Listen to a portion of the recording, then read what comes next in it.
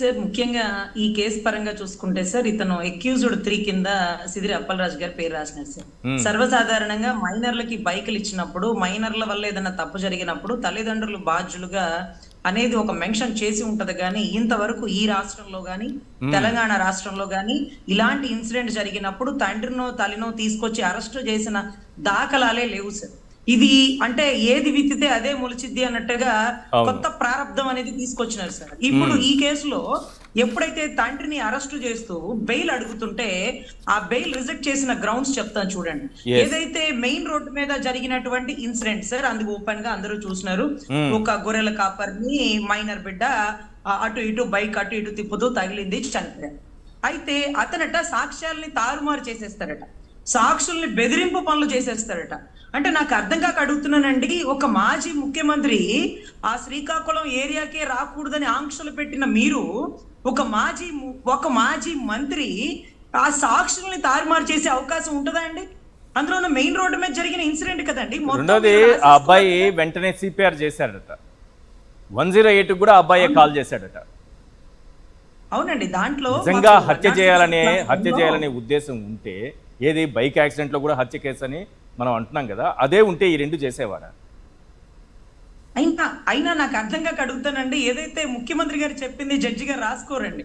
అందుకనే జడ్జి గారు చెప్పారు అది మర్డర్ యాక్సిడెంట్ అని మేము డిసైడ్ చేస్తాం, మీరు సొంత పెత్తనాలు చేయకండి అంటూ ఆ 302 కట్టండి అంటూ ప్రేరేపించే ఒత్తిడి.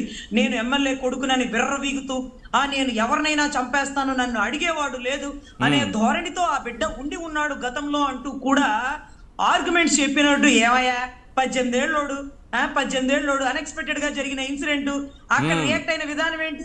సిపిఆర్ చేసినాడు, హాస్పిటల్ కి తీసుకెళ్ళాడు, చంపేసేవాడు చంపేత్తి కాలంలో వేస్తారు కానీ ఇవన్నీ చేస్తారా? పిచ్చివాగుడు వాకండి, రాజకీయానికి జుడిషియరీకి అంటగట్టకండి అంటూ గెంటేసి ఆ సెక్షన్ మార్చి మళ్ళీ యథావిధిగా బిఎన్ఎస్ 106 పెట్టారండి.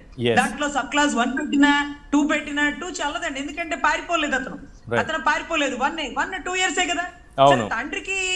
తండ్రికి బెయిల్ ఇవ్వడానికి కూడా ఆంక్షలు పెట్టి ఇతను సాక్షుల్ని తారుమారు చేసేస్తారండి ప్రభుత్వం మీద ఉండగా.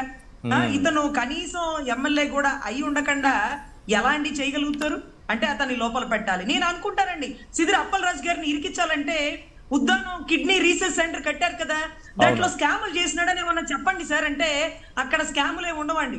ఓపెన్ రీసెర్చ్ సెంటర్, ఎవరికి టెండర్, ఎవరికి కాంట్రాక్ట్, ఎవరి కన్స్ట్రక్షన్ పూర్తి చేశారు, ఎవరితో ఓపెన్ చేసినారు అంటే నేనేమంటున్నానంటే పెద్ద పెద్ద వాళ్ళ మీద బురద జల్లిన ఎలిగేషన్ అక్కడ ఉన్నటువంటి ఎమ్మెల్యేలు అప్పలరాజు ఇదిగో ఈ బిల్డింగ్ కట్టేసినాడు, ఈ బిల్డింగ్ ఇలా చేసేసినాడు ఇవన్నీ చెప్పారు కదా, ఆ కేసులో ఇరికించచ్చు కదా.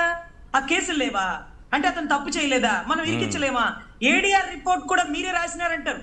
ఏడీఆర్ రిపోర్ట్ ఎవిడెంటరీగా ఉంది, క్రిమినల్ కేసులండి. ఇంకొకటి ఏంటంటే చాలా మీడియా సెంటర్లకి నేను చెప్తున్నానండి, పెద్ద పెద్ద మహా న్యూస్ ఛానల్స్ లాంటి మిగతా వాళ్ళకి కూడా చెప్తున్నాను, ఫ్యామిలీ కౌన్సిలింగ్ సెంటర్ ఆపేయండి. జర్నలిజం లో నిజాన్ని బయటకు తీసుకురావండి. ఎందుకంటే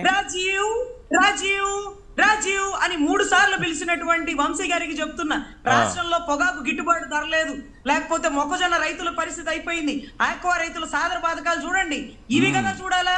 రాజీవ్ పూజకి పనికొస్తే మనకెందుకు, పనికి రాకపోతే మనకెందుకు? దాని వల్ల ఏమైనా పథకం ఆగిపోతుందా, ప్రభుత్వ ఖజానా నిండిపోతుందా? ఏంటిది? సమస్యల గురించి పోరాడాల్సిన మీరు 498 కేసుల గురించి 304A అంటే ఏదండి నెగ్లిజెన్స్ డ్రైవింగ్, 106 బిఎన్ఎస్ ఇవా మనం డిస్కస్ చేసుకునేది. So what ever it may be అండి, వీటికి సంబంధించి డైవర్షన్ పాలిటిక్స్ తీసుకురావాలనుకుంటున్నారు. కానీ నిన్నటి రోజు జగన్ గారు ఏదైతే డిఎస్సి గురించి అడిగినప్పుడు సాక్షి ఛానల్ సాక్షిగా ఓపెన్ ఛాలెంజ్ చేస్తున్నానో, ఏదైతే గౌరవ అనుభవజ్ఞులైనటువంటి ముఖ్యమంత్రి వారికి అసెంబ్లీ సాక్షిగా రాజశేఖర్ రెడ్డి ఏమయ్యా నా కొడుకు మీద నువ్వు అవినీతిని ఆరోపణలు వేస్తున్నావు, నేను ఓపెన్ గా సిబిఐకి ఇస్తాను పో, నా కొడుకు తప్పు చేస్తే ఊరి తీసి పడేయండి, హ్యాంగింగ్ అంటూ ఓపెన్ ఛాలెంజ్ చేసినారు. ఈ రోజు నేను అడుగుతున్న అనుభవజ్ఞుల్ని, అయ్యా నీ కొడుకు తప్పు చేసి ఉంటే మీరు కూడా సిబిఐకి వేయండి, మీరు అడిగేది ఎందుకు, నేనే వేస్తున్నాను సిబిఐకి డిఎస్సీని వేయండి, నా కొడుకు తప్పు చేస్తే ఊరి తీసి పడేయండి అని మీరు అనగలరా? మీ కొడుకులో నిజాయితీ ఉందా? దివంగత రాజశేఖర రెడ్డి గారు అసెంబ్లీ సాక్షిగా చేసిన ఓపెన్ ఛాలెంజ్ ని మీరు స్వీకరించగలరా? బోత్ ఆర్ నాట్ సేమ్ అని రాష్ట్ర ప్రజలు అనుకుంటున్నారు కదా. సేమ్ అంటే మీరు అడగండి ప్రశ్నలు.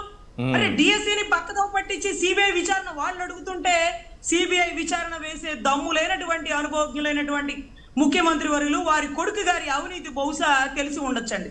So what ever it may be, ఇలాంటి కేసులు రెగ్యులర్ గా రోజుకి కొన్ని లక్షలు జరుగుతుంటాయండి. కానీ ఏదైతే మాజీ ఎమ్మెల్యేలు, మాజీ మంత్రులు, వైసీపీ నాయకులే టార్గెట్, మిమ్మల్ని లోపలేయాలంటే వాళ్ళు చేసిన స్కాములు బయటికి తీయండి సార్ అని అడుగుతాను సార్.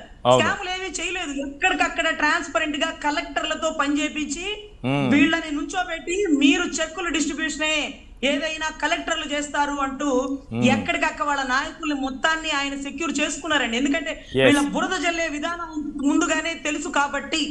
సో ఇక్కడ మీరు జనసేన నాయకుల గురించి కూడా చెప్పారండి, నాడి రోడ్డు మీద పడుకున్నారని.